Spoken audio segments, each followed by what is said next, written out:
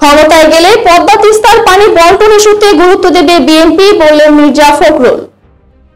যে সরকারি ক্ষমতায় আসুক না কেন, জনগণকে সঙ্গে নিয়ে দেশের স্বার্থ রক্ষায় তাদের দাবিগুলোকে প্রেসার ক্রিয়েট করে আদায় করাই মূল দায়িত্ব বলে মন্তব্য করেছেন বিএনপির মহাসচিব মির্জা ফখরুল ইসলাম আলমগীর। তিনি বলেছেন, দেশের স্বার্থ আমাকে দেখতে হবে, প্রত্যেকটা দেশ তার স্বার্থ দেখবে।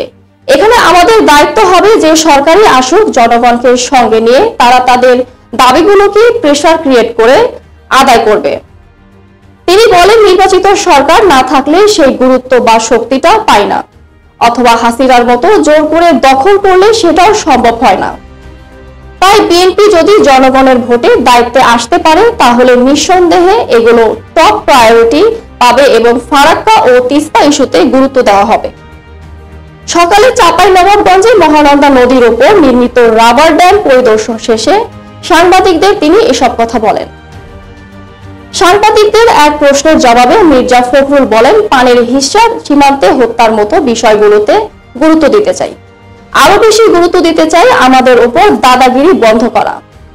আমাদের প্রতিবেশী দেশ ইচ্ছা করলেই আমাদের সঙ্গে সুসম্পর্ক রাখতে পারে, কারণ ৭১ সালের মুক্তিযুদ্ধের সময় তারা আমাদের সহযোগিতা করেছে। তাই আরো বেশি করে আমাদের সহযোগিতা করা দরকার। কিন্তু দুর্ভাগ্যজনক, মোদী সরকার উল্টো আমাদের বিভিন্ন চাপে ফেলেছেন।